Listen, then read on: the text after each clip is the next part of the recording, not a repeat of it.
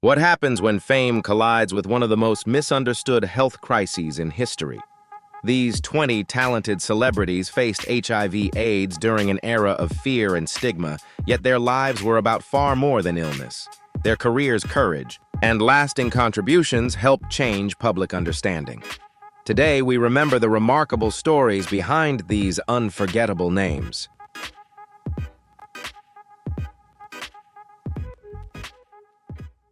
Rock Hudson. Rock Hudson was one of the most recognizable stars of Hollywood's golden age. With his striking good looks, natural charm, and strong screen presence, he became one of the era's most popular leading men. Over a career spanning more than 3 decades, Hudson appeared in nearly 70 films and numerous television productions, earning a lasting place in American entertainment history. But behind his polished public image, Hudson was facing a serious and deeply personal health crisis.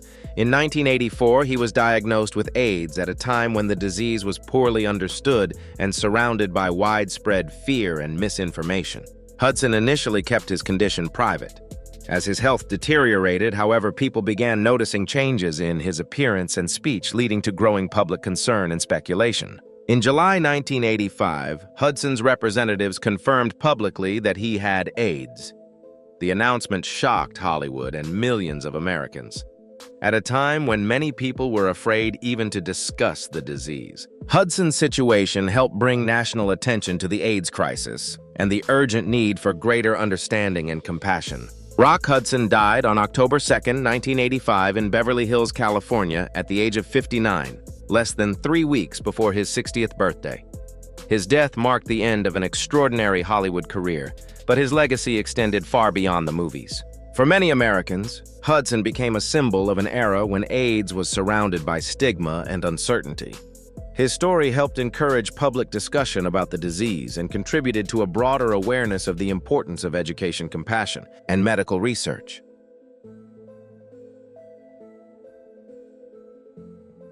Denholm Elliott. Denholm Elliott was one of Britain's most respected character actors, known for bringing intelligence, wit, and remarkable depth to his performances. Over a career spanning several decades, he appeared in more than 120 films and television productions, earning recognition on both sides of the Atlantic. American audiences may especially remember him as Marcus Brody in Raiders of the Lost Ark and Indiana Jones and the Last Crusade, as well as for his acclaimed performances in films such as A Room with a View and Trading Places. Behind his distinguished career, however, Elliott's personal life was far more complicated than his public image suggested. He was married twice, first to Virginia McKenna and later to Susan Robinson. Elliott was bisexual, and although aspects of his private life were known within his circle, he lived during a period when many actors felt enormous pressure to keep their personal relationships away from the public eye. In the late 1980s, Elliott was diagnosed with HIV. At a time when HIV and AIDS were surrounded by fear, misinformation, and considerable stigma, he largely kept his illness private while continuing to work whenever his health allowed. Denholm Elliott died on October 6, 1992 at his home in Ibiza, Spain at the age of 65 from complications related to AIDS. His death was a significant loss to British cinema and television. Today, Elliott is remembered not simply for the circumstances of his final years, but for the extraordinary body of work he left behind. His performances demonstrated a rare ability to make even supporting characters memorable, ensuring that his contribution to film and television continues to be appreciated by audiences around the world.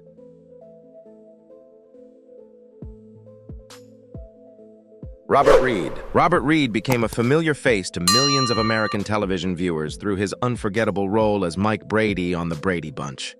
Behind the image of the ideal television father, however, Reed lived with a deeply private side of his life that was difficult to discuss openly in Hollywood at the time. Reed married Marilyn Rosenberger in 1954, and the couple had one daughter, Karen. Their marriage ended in divorce in 1959. Reed was gay, but during much of his career, he chose to keep his sexuality private. In an entertainment industry where openly acknowledging a same-sex relationship could potentially damage an actor's career, Reed had strong reasons to protect his personal life from public scrutiny. Despite his success on television, Reed continued to take on serious dramatic roles, appearing in productions such as Rich Man, Poor Man and Roots. His performances demonstrated that he was much more than the wholesome father audiences knew from the Brady Bunch. In 1991, Reed was diagnosed with intestinal cancer. He died on May 12, 1992 in Pasadena, California at the age of 59. His death certificate listed colon cancer as the primary cause of death and also noted HIV infection. Reports have differed over the precise circumstances surrounding his health, so it is important not to assume that HIV was the direct cause of his death. Robert Reed's story reflects the pressures faced by many performers of his generation. He left behind a daughter, a remarkable body of television work, and a character that became part of American pop culture history. For generations of viewers, Mike Brady remains one of television's most recognizable fathers, while Reed himself is remembered as a talented actor whose private life was far more complicated than the image he portrayed on screen.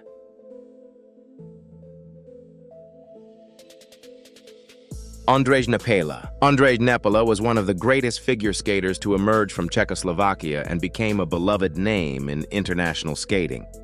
Born in Bratislava in 1951, Nepela began skating at a young age and quickly established himself as an exceptional competitor. His discipline, elegance, and consistency helped him reach the highest level of the sport. His greatest achievement came at the 1972 Winter Olympics in Sapporo, Japan, where he won the gold medal in men's singles. He also became a three-time world champion, winning the title in 1971, 1972, and 1973. In addition, Nepela won 5 consecutive European championships from 1970 through 1974, cementing his reputation as one of the dominant skaters of his generation. After retiring from amateur competition, Nepela continued working in figure skating, including as a coach and professional performer. He eventually settled in Germany and remained involved in the sport he loved. In the late 1980s, Nepela faced a devastating health battle. He was diagnosed with lymphoma and died in Mannheim, Germany on February 2, 1989 at only 38 years old. His death shocked the skating world and ended the life of an athlete whose competitive career had already made history. There has also been speculation about Nepela's private life, but much of it has never been firmly documented. Rather than relying on rumors, his legacy is best remembered through his remarkable achievements on the ice. Decades after his death, Ondrej Nepela remains an important figure in figure skating history, a champion whose determination, artistry, and extraordinary competitive record continue to inspire generations of skaters.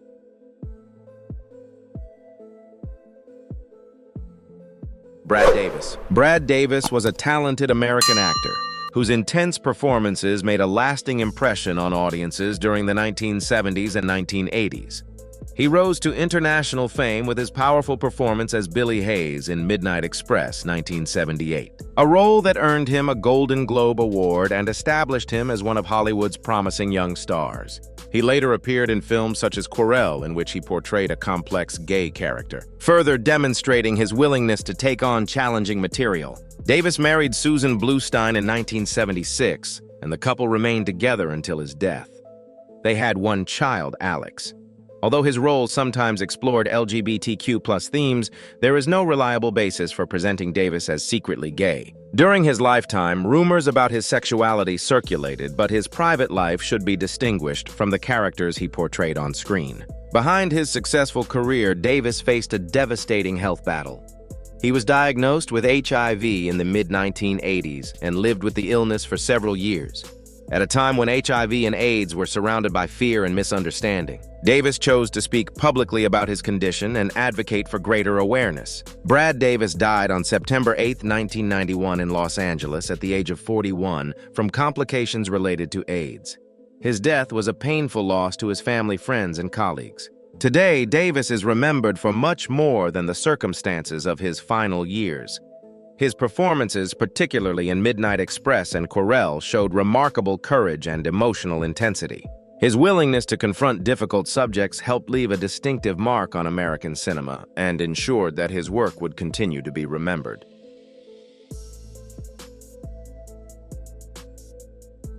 Freddie Mercury. Freddie Mercury remains one of the most extraordinary voices in music history. As the legendary frontman of Queen, he captivated millions with his powerful voice, theatrical performances, and unforgettable songs. His influence reached far beyond rock music, making him a lasting cultural icon whose work continues to inspire audiences around the world. Behind the dazzling stage persona, however, Mercury faced a deeply private health struggle. He was diagnosed with HIV at some point in the 1980s, although the exact date was never publicly confirmed. For years, he chose not to discuss his condition openly. In an era when HIV and AIDS were surrounded by fear, misinformation, and stigma, Mercury fiercely protected his privacy while continuing to perform and create music. On November 23, 1991, Mercury publicly confirmed that he had AIDS. Just one day later, on November 24th, he died at his home in Kensington, London, at the age of 45 from bronchial pneumonia resulting from AIDS. His longtime partner, Jim Hutton, was among the people who remained close to him during his final years. Hutton later described their relationship with great affection, and Mercury's private life has continued to attract public interest. Mercury's decision to keep his diagnosis private has sometimes been debated, but it is important to remember the intense stigma surrounding AIDS at the time. Rather than judging his personal choices, his legacy can be appreciated through the music and performances he left behind. Decades after his death, Freddie Mercury remains a symbol of artistic freedom, individuality, and extraordinary talent. His voice continues to cross generations, ensuring that his influence on music and popular culture will not easily fade.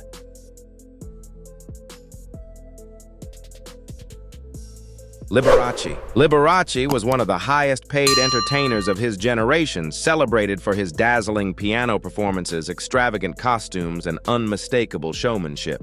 For decades, he built a remarkable career in music and television, becoming one of the most recognizable entertainers in America. Behind the glittering image, however, Liberace faced a private health battle that he kept largely out of the public eye. During the 1980s, as the AIDS epidemic spread and fear and misinformation were widespread, Liberace did not publicly acknowledge that he had AIDS.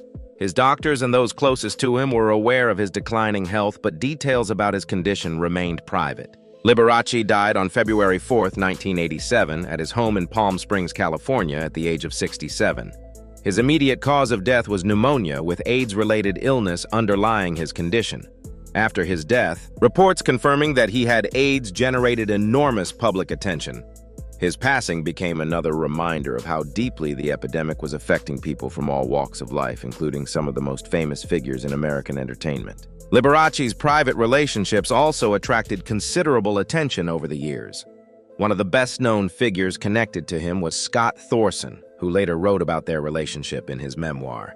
However, Thorson was not Chris Adler, as sometimes stated in versions of this story. Thorson was diagnosed with HIV years later but did not die in 1990. He died in 2021. Liberace's story ultimately extends beyond the controversies surrounding his private life. He remains remembered for his extraordinary musical talent, flamboyant stage presence, and ability to turn every performance into a spectacle. His legacy continues to reflect both the glamour of his era and the difficult realities faced during the early years of the AIDS crisis.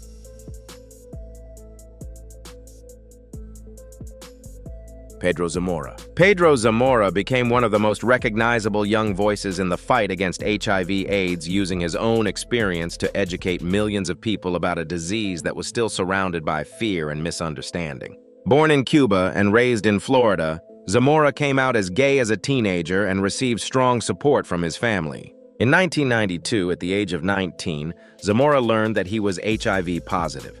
Rather than allowing the diagnosis to define his future, he turned his personal experience into a powerful platform for education and advocacy. He traveled, spoke publicly, and encouraged people to learn the facts about HIV while challenging the stigma surrounding those living with the disease. His national profile grew dramatically when he joined MTV's reality series, The Real World San Francisco, in 1994. By openly discussing his HIV status, relationships, and daily life on television, Zamora helped audiences see the human being behind the diagnosis. For many Americans, especially young viewers, he became an important and relatable source of information at a time when accurate conversations about HIV were desperately needed. Zamora's health eventually declined, and he developed AIDS-related complications, including encephalopathy. He died on November 11, 1994 in Miami, Florida, just one day after his 22nd birthday. His death received national attention. President Bill Clinton later honored Zamora's contribution to HIV/AIDS awareness, recognizing the young activist's courage and his ability to educate people through his personal story. Pedro Zamora's life was tragically short, but his impact was enormous. Through television, public speaking, and advocacy, he helped replace fear with understanding and reminded millions that people living with HIV deserved compassion, dignity, and respect.